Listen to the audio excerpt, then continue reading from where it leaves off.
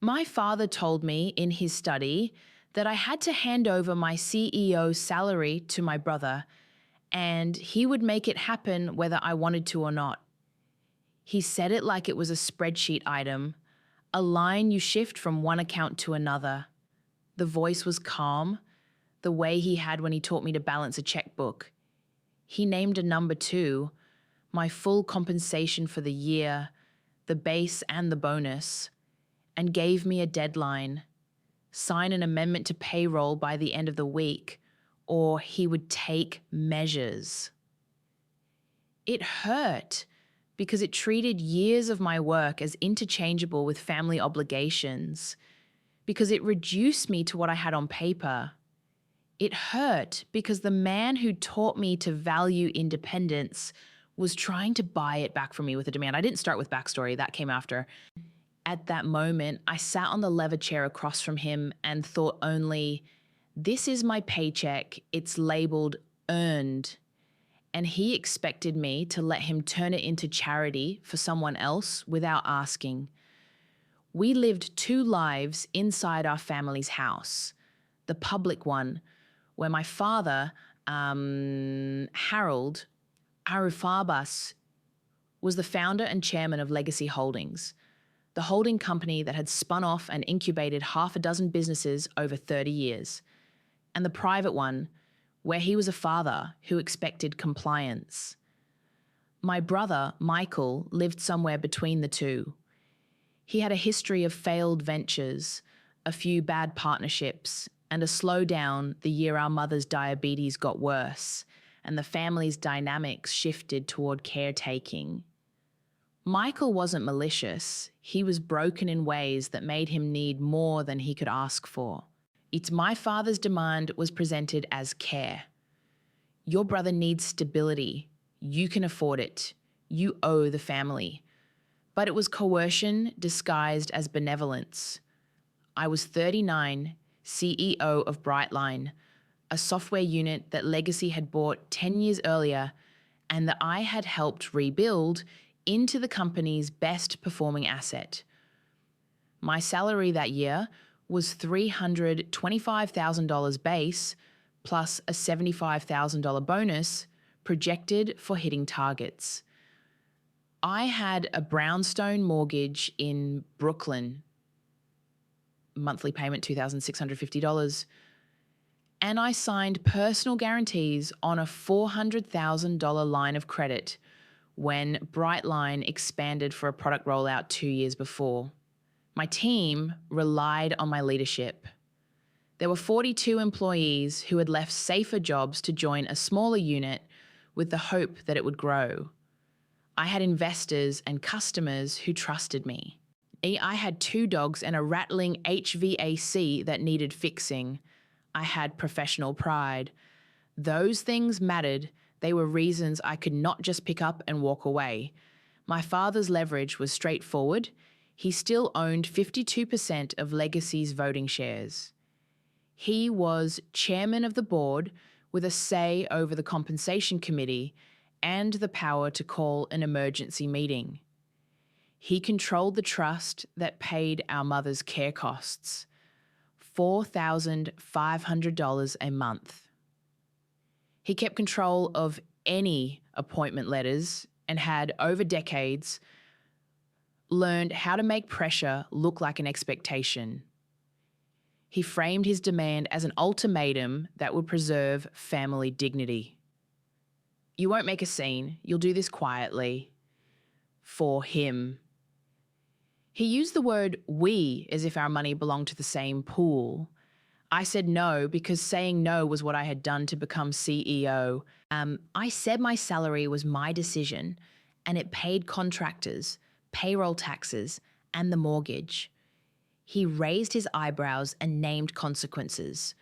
Remove her as CEO, call a vote, freeze her accounts, and one detail that landed with a heavier weight than the rest.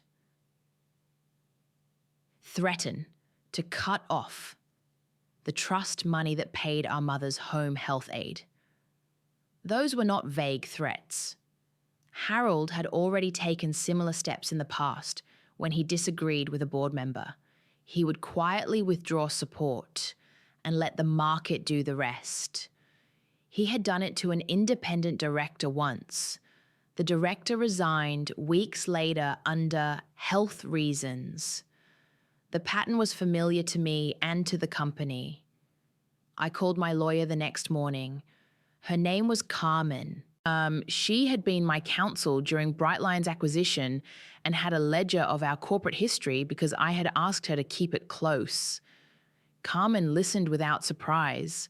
Her voice was precise. She asked about documents and deadlines, about who had been in the room, what exactly my father had said. I told her. She said, "Do not sign anything. Photograph everything. Let me look at the payroll files and the trust documentation." She also said, "Be careful about the board. He will move faster than you think." The first escalation was procedural. 2 days after the conversation, my father called an emergency compensation committee meeting. He did it by sending a terse email to the chairman of compensation, himself, and the committee members. He framed it as a routine governance call. Discuss family support allocations. I pushed back, citing our bylaws, suggesting we table any discussion that conflated family matters with corporate payroll. He replied with an attachment, a draft amendment to the payroll policy that would allow the chairman to reassign compensation in cases of family hardship, and a line reminding the committee that his vote was decisive. At the meeting, my father spoke first. He read a prepared statement about responsibility and family duty, and he did it in the same measured cadence he used for investor calls. He did not mention me by name. He did not have to. The committee chair, a man who had been appointed by Harold and who rarely disagreed with him, suggested a short recess and then came back with a motion to approve the payroll amendment immediately. 2 members abstained. The motion carried. My legal counsel objected to the process. What the motion stood. I reacted by going public within the company. I called a private all-hands with my leadership team, explained the situation, and laid out basic facts, that there was a pending amendment and that I would not sign anything that compromised our finances or independence. The reaction was mixed. Some people were quietly supportive, others were anxious. The CFO, who had always been careful around Harold, asked me whether I anticipated a liquidity crunch. He had just negotiated the line of credit. If they try to shift your salary to payroll for the holding company, it could affect our covenants, he said, and I saw the math unfurl across his face. The first consequence took hold. Investors began calling. Rumors spread in the way they do in small, connected industries. A directorless meeting, a family dispute, a CEO who might be removed. Morning after morning, my inbox contained calls from shareholders asking for reassurance. Brightline's stock, thinly traded, dipped. I tried to keep focus on product and metrics, but the board's move had already created a second wave. Reputation erosion. A big client asked for a week to consider their renewal. The CFO called me and said, "We need to show stability. Can we get a temporary letter from Legacy guaranteeing salaries?" He asked because institutional lenders were sensitive. I called my father and asked him privately to back a guarantee. He refused. My response was to lock down. I refused to sign the amendment, and I instructed payroll to ignore any new directives until they had proper documentation. I told Carmen to prepare for a fight, but that was the third escalation. My father warned the board that my refusal constituted insubordination and that I was endangering the company, by not yielding to a family necessity. He put language in an email, copied to compliance, about fiduciary duty and potential breaches if I continued to refuse. The implication was clear. He would allege mismanagement. The board, which relied on legacy support for capital, moved to place Brightline's finances under temporary oversight. The CFO was asked to present a plan for conserving cash. My team started receiving terse messages from our parent company's HR asking whether my pay could be adjusted voluntarily. The next escalation felt like humiliation. My father called me into the family room and gathered an audience. My mother, who never took sides outwardly, but whose eyes had a tired, the small look, Michael, who looked directly at me like a trespasser in a house he expected always to occupy, our family lawyer, who had recently been handling estate matters, and Harold's confidant, who had once been my mentor until he stopped returning my calls. Harold's tone was soft. He said, "You've been very successful and we are proud, but success has obligations. You cannot be the only adult in this room who keeps score."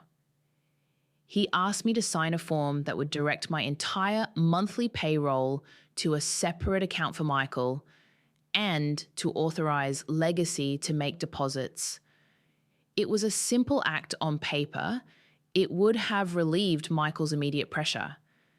It would have broken me. I did not sign. I left the room without answering. That night, my mother sent me a text. "Please, Anna, for Michael's sake." Another consequence unfolded. She was being asked to choose between her daughter and her son. She sent the text late, careful, as if she were passing something fragile across a table. I felt a new pressure. Family morality in the form of an appeal from the one person who had less power than any of us. I sat on my kitchen floor with the phone in my hand and listened to the hum of the refrigerator. I tried negotiation. I proposed a conditional support package for Michael, a temporary stipend, mandatory financial counseling, and limits on spending with a court-appointed monitor. My father declined. He said that phrase again, "I know what he needs." The board, under his direction, authorized a payroll amendment that, if enacted, would redirect my compensation. It was an administrative action that relied on the payroll processor doing what the chairman instructed. I hired outside help for the payroll system and asked our bank to put a hold on any changes without two-factor authentication from legal. The payroll vendor complained about corporate upheaval and said it needed written instruction from Legacy. The vendor wanted to be safe. It was an administrative stalemate that had real consequences. My salary was not being processed for the month. My mortgage servicer accepted my call for a week, and I paid what I could from savings, but the strain was mounting. The CFO began negotiations with vendors to buy us time. That was another consequence. I watched my decisions ripple through other people's livelihoods. Then my father took a step that made the situation worse. He went public with a version of events. He released a letter to shareholders presenting the dispute as an internal family matter, where the family is aligning resources for rehabilitation. The letter named Michael as an heir in need, framed my refusal as an unwillingness to support the family, and suggested that some executives were putting their own financial interests above the company's mission. Shareholders read it two ways, as a moral position and as a signal that governance was unstable. The stock slid another few points. A journalist I had known in college called to ask whether the story of the father demanding salary was accurate. The article that came out framed the dispute as a family drama and featured quotes from a man who had once been my father's employee and now suggested that family obligations sometimes required sacrifice. I reacted by going to the press myself. I gave one short interview, carefully worded, about my commitment to employees. I refused to speak about private family matters. The consequence was not immediate vindication, it was further exposure. The narrative in the media had two voices. Harold's measured paternalism and my refusal, cast to some as defiance. In the comment threads, I found strangers deciding who the good child was.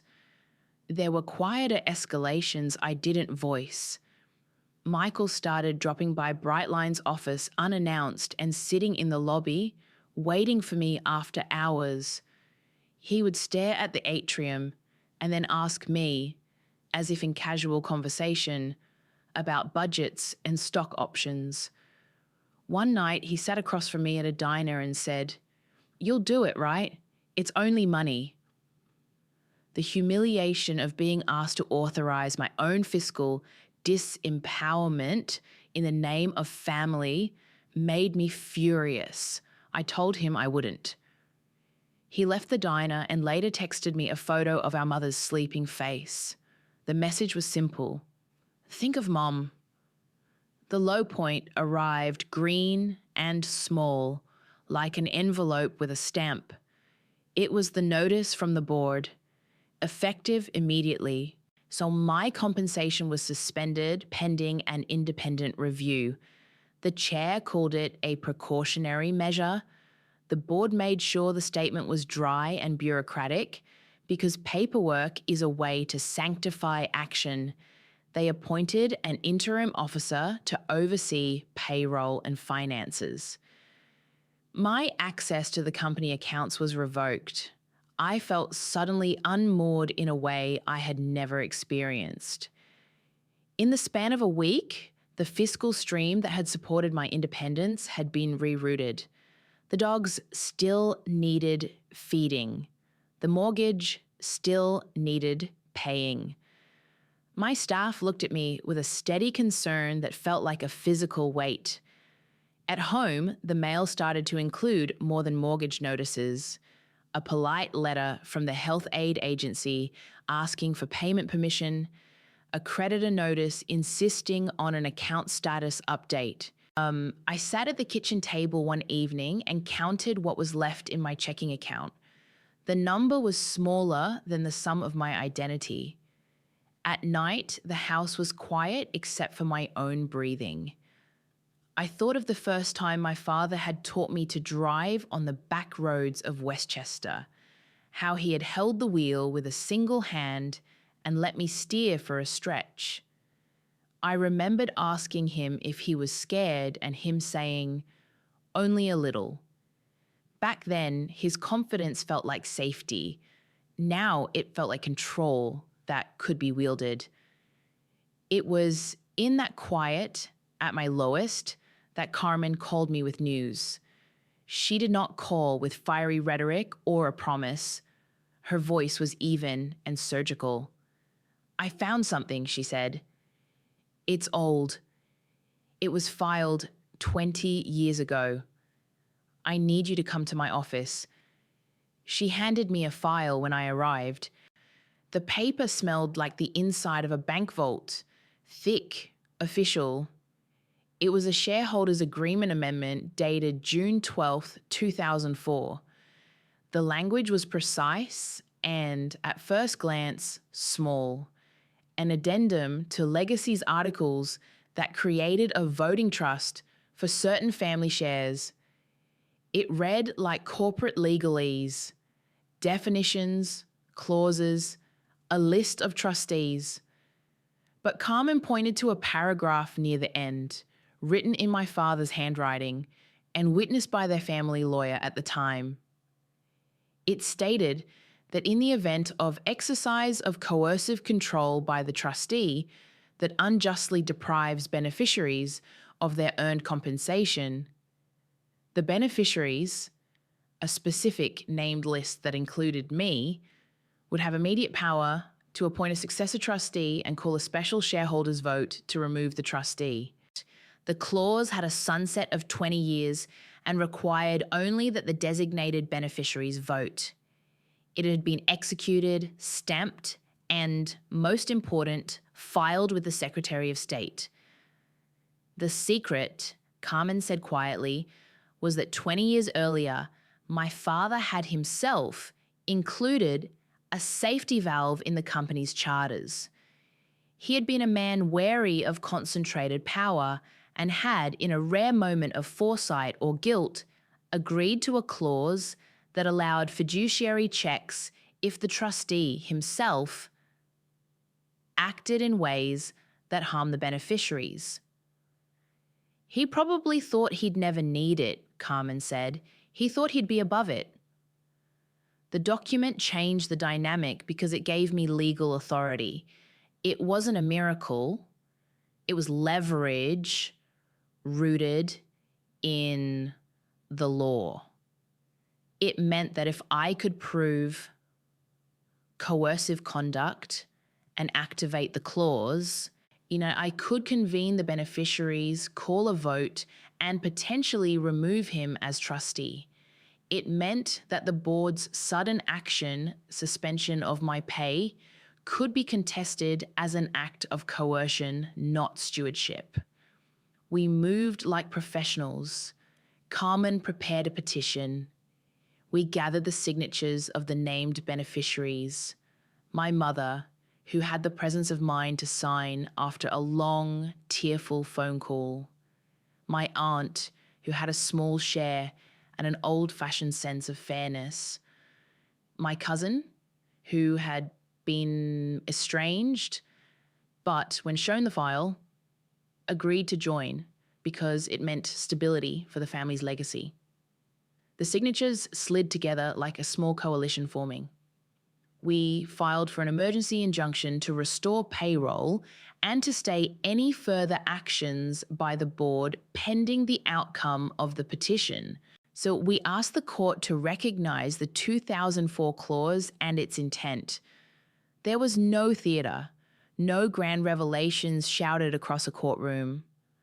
Carmen submitted the petition, and the judge, an unflappable woman who favoured facts, issued a temporary restraining order the next day.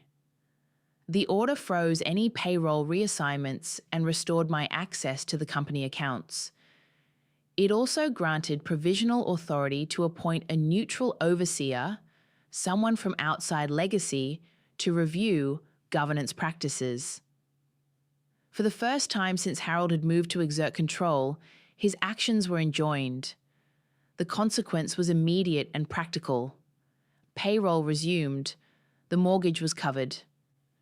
Brightline's employees felt a small exhale. The markets reacted within 48 hours. The stock stabilized. Shareholders who had been scraping for information now had an official document to read. There were whispers, not supportive ones, but the kind that come when a man who seemed all-powerful is shown to be fallible. The story shifted from a family drama to a legal contest. And the legal contest is less about sentiment and more about facts. My father reacted as he always had, quietly and with a measure of incredulity. He did not rage. He did not storm the courthouse. He called once and left a message on my phone. "We'll speak when this is settled." He did not know then about the other thing Carmen had found, a set of old bank records showing a pattern of transfers from legacy to a personal account that had been labelled in their ledger as discretionary. The transfers were legal in form, but dubious in appearance. Carmen sent them to an independent forensic accountant who said there was enough there to warrant further inquiry. That was a different lever, civil remedy plus the potential for an inquiry that could expose fiduciary lapses. The threat of scrutiny unsettled people who had been quiet enablers. The board called for an internal review and then, under pressure from institutional shareholders who hated uncertainty, placed Harold on administrative leave pending the outcome. That was the consequence that changed the family equilibrium. Their confidence in him, the person who had built the company, had been legally questioned. He was still my father, he was still respected by some, but he was no longer unchallengeable. What followed was not cinematic revenge. My father didn't leave in disgrace. He sat with a lawyer and felt the same slow erosion of control that years of small compromises had finally produced. The family's private conversations became formal negotiations mediated by counsel. We argued about Michael's support. We negotiated an allowance with strict conditions and a binding oversight arrangement that made Michael furious and grateful in turns. The trust money that paid my mother's care continued, but the oversight on it increased. He was no longer free to reassign beneficiary funds at will. There were human costs. My mother told me later, in a long, halting conversation over stale tea, that she had never wanted the family to be public like that. She cried and apologized for asking me to do something I could not do. I told her I understood, and the truth was that I did. She had been pressured in ways I couldn't completely see when I was at work. Michael stopped speaking to me for months. He sent a short email accusing me of betrayal and then turned off his phone. Our family dinners, when they resumed, were quieter with more empty seats. There were corporate consequences too. The independent board review found lapses in oversight and a pattern of preferential transfers that, while not criminal at first glance, were poor corporate governance. Legacy's governance documents were rewritten. The board accepted a restructuring plan. Harold stepped down as chairman and moved to an emeritus role. A new chair was elected from outside the family. The company adopted stronger checks on related party transactions and a permanent independent audit committee. It was not a public spectacle of scandal and villainy. It was paperwork, resignations, and the slow, mechanical process of reform. That was the realistic outcome. People kept their reputations intact enough that they would not be ostracized. But the system that allowed abuse was fixed. My own life stabilized in ways that surprised me. My salary resumed. My access to accounts was restored. The bank removed the hold on the line of credit. The clients who had been on pause returned slowly. The team bundled back around me, cautious and relieved. I understood the consequences. The company had been damaged, relationships had been fractured, and my father was less present in the way he had been. He remained my father. His voice in my head did not quiet, but the structural power he had wielded was reduced. There were days I took small satisfactions in ordinary things. I walked into the Brightline office and sat in my old chair, looking at the whiteboard full of product plans. I watched people who had jobs at risk when the board moved to freeze my pay, now resume their roles with cautious enthusiasm. I made decisions in meetings that were met with reasoned disagreement and then consensus. Those felt like work, not vindication. I had fought to maintain the thing I had built. There were no headlines about moral lessons. The family was not a model of reconciliation. My brother remained distant, and my father and I learned new guardrails for our relationship. We still had conversations, but they were shorter. They had been stripped of rhetorical authority and now included legal counsel in the margins. When we did speak, it was in clipped exchanges, logistics for my mother's care, or the practicalities of a holiday. The most difficult consequence was internal. I found that saying no had a cost I didn't fully anticipate, the cost of distance. I missed little rituals we had shared. I missed the man who reluctantly taught me to drive and praised me when I closed my first major contract. I missed jokes I could no longer make because they landed differently now. I grieved these small things quietly. I told no one about the nights I woke and wrote him a text and never sent it. Grief is not dramatic. It's a series of small recognitions. There were other outcomes that mattered in practical terms. Michael got a structured plan for 6 months of support and then a hard cutoff. He attempted later to start a small consultancy that, while it failed, taught him discipline. He called me once from a bus station and said, "I'm trying." He asked, without asking, if I could help him secure a small client. I did. I paid a consultant to mentor him. It was not capitulation, it was a boundary. I would not have the company be the living room for his mistakes, but I could help him reorient. He showed up once for a meeting with a resume that looked like work. He later sent me a short message. "Thanks for not letting me disappear." Legally, the company was stronger. The board passed modifications to prevent the unilateral reassignment of executive compensation. Legacy adopted a policy requiring 2 independent trustees to approve any related party payment exceeding $50,000. We had a permanent external auditor. We hired a compliance officer who instituted a distribution process for support payments that required clear documentation and regular review. It was boring work in the best sense, checks and balances that prevent a single person's whim from becoming policy. The real turning point, which I still return to when I think about the sequence of events, was quiet. Not a courtroom confrontation, but Carmen placing that yellowed stamped paper on the conference table and pointing to the clause where my father, 2 decades prior, had signed away a little bit of his absolute freedom. He had never told me about it. He had, for reasons I later learned were complicated, a falling out with his own father, a business partner's misdeeds, a scare about centralized power, had insisted on it then.